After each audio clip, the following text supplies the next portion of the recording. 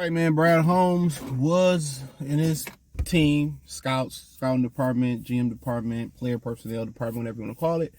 They were introduced well, they were given the award for best draft for the 2023 draft class, which included Jahmyr Gibbs, which they got a lot of flack for, Jack Campbell, which a lot of people, because Braylon Network started the rumor he wasn't athletic enough, he wasn't good enough.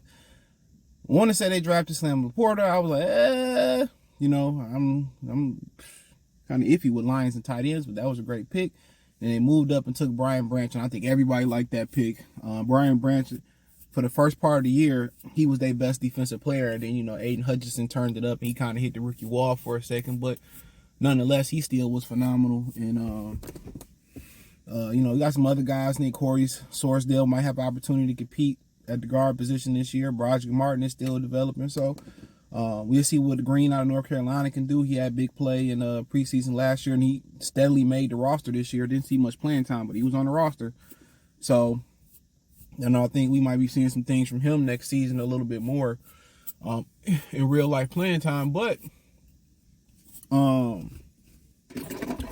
yeah, Brad Holmes basically sat there. He told, he basically at the end of the season press conference was like, start calling people out who criticized his past drafts, this draft class.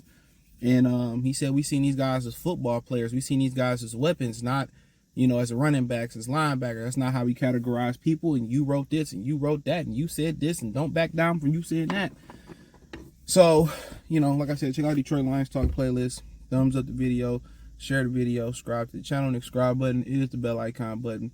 Hit all notifications, increase your chance, get notifications. You go live or drop video. And but he took a lot of flack for that. It was given, the award was given by Inside the League, which basically is the accumulation votes or thoughts, I would say votes, of scouts across the league. He hit it out the park.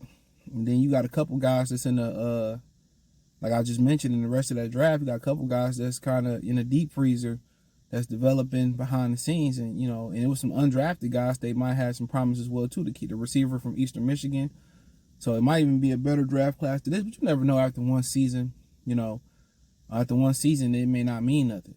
You got to, I think he said you need at least 3 or 4 years before you could tell how good a draft class really was.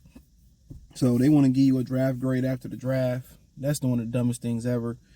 I can just see that for TV programming and give you a TV show to really stretch out the rest of the draft season and capitalize on the potential viewership. But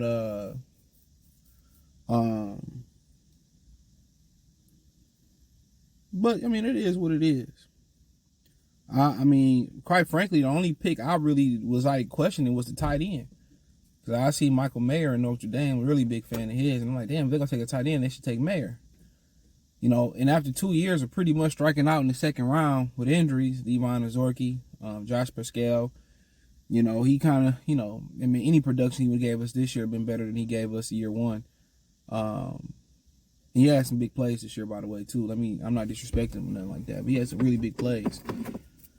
And I look forward for him to making another jump next year, being healthy and all that. But this is the first year they really murdered the second round. Laporta was, oh my goodness. With some talk about, some drops. Brad Holmes said he wasn't concerned about the drops, and they weren't a problem during the season. Just how crispy he was as a tight end, and now he gonna get different looks next year.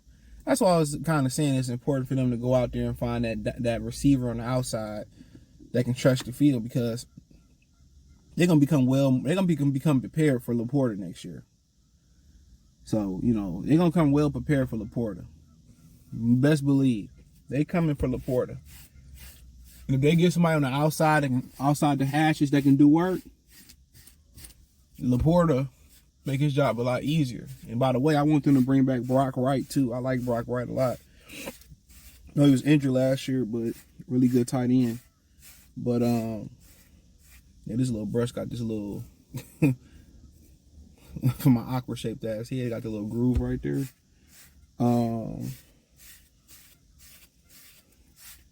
But but um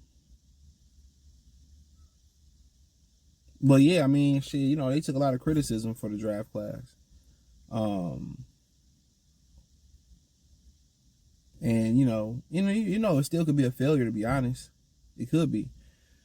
You just never know what's gonna happen the next 2 or 3 years. So you need about 3, 4 good years before you really know, about three kind of being the compromise point or the middle ground for a good draft class. But like I said, it can turn into a super one if you get something out of Broderick Martin, Corey Sorsdale, and why they had to drop Sorsdale is because Logan Stenberger didn't work out at guard. And I think that was a little bit of a shocker there.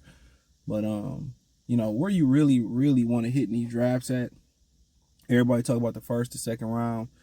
But I think that third, fourth, fifth round, that sweet spot in the draft, I think that's where you see a lot of teams really get production and take them to the next level. Russell Wilson, Dak Prescott, was Kirk Cousins, fourth, fifth, Kirk Cousins. Imagine if, check this out for a minute. Imagine, what was a kid from Michigan State that went in the third round right before Dak Prescott? I think he was a quarterback at Michigan State. I can't remember his name. But that's who, Connor Cook, I think it might have been his name. Don't quote me on that. That's what Jerry Jones wanted. And I think the Raiders took him right before they took Dak Prescott. He took Dak Prescott. Imagine they took that guy, Michigan State quarterback, over Dak. So, yeah, it would have got super ugly for Dallas. So, that'd be the difference. What if, Seattle said, well, we got Matt Flynn. We don't need Russell Wilson. And when they got the championship, they can say what they want to say about Russ. All the things, he corny, he inauthentic, and all this shit. Without Russ, with Matt Flynn, they don't win the championship. So, those very important rounds. I mean, fourth round pick, I said third yesterday, I think it was fourth. St. Brown, So those picks are very, very important. And if you can get production out of those picks in the first 2-3 years, man, it'll be the difference between being a championship caliber team and not being. We just seen a couple instances where that's very, very true. So congratulations to Brad Holmes and them. He getting his recognition. They're getting their recognition because it's a team effort. But we didn't know what to expect, to be honest. I think we knew more about Troy Weaver and how they praised him at Oklahoma City Thunder for drafting Steven Adams and identifying Russell Westbrook. We don't know much about Brad Holmes coming in. But what he did say was, I think he had a family member that played here or that was from around here or whatever. And he said they take this football stuff serious in Detroit. And apparently he's been hitting out the park. So, yeah. It don't go without any mistakes, though. Mistakes will be made. And that's just the way it is. But hey, thumbs up the video, share the video, subscribe to the channel, the subscribe button, it's the bell icon button. Check out Detroit Lions Talk playlist for more videos like this. Hit the link tree. Find me on Twitter, Instagram, Spotify, Anchor, Cash App, Venmo, PayPal. Appreciate the love and support. Check out Detroit Lions Talk playlist for more videos like this. Peace.